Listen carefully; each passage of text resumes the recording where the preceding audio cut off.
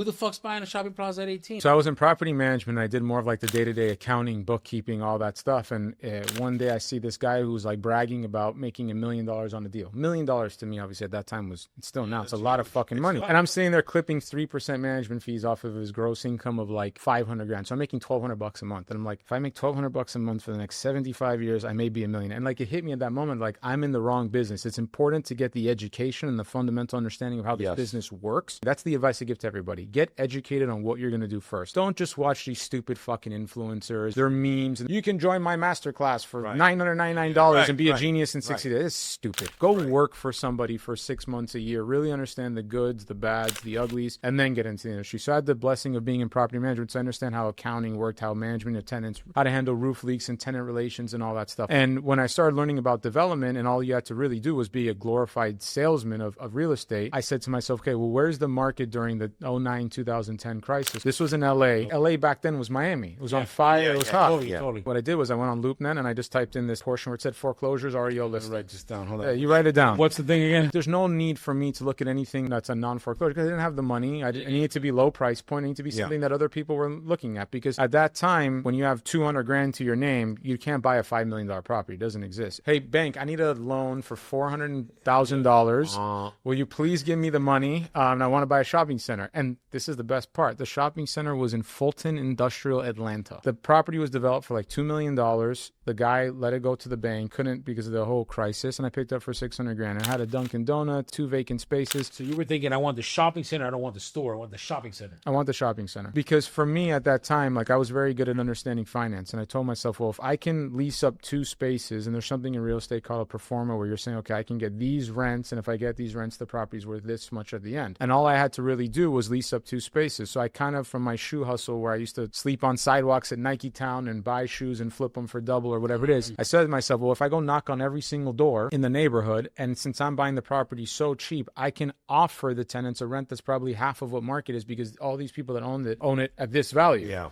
So I knocked on every single door and I had this trick of like, whatever your rent is, I'll cut it in half, just sign a 5-year lease with me and I'll pay for your moving costs. And I was able to convince the bank to say, hey, if I bring you new tenants and I stabilize this property, will you pay for that moving cost? Will you pay for the broker fees and all that stuff? And they said, well, if you can lease the property up where no one else was able to, it's called in real estate good news money. I'll fund all your good news money as long as I have a signed lease from a qualified tenant. So I ended up getting Jimmy John's, a dental office, and Dunkin' Donuts to extend a longer term lease. I painted the property, made it a little bit more beautiful, and I sold that property for $2.2 million, netted about $2 million after brokerage fees, and I was into it for only like $700 grand.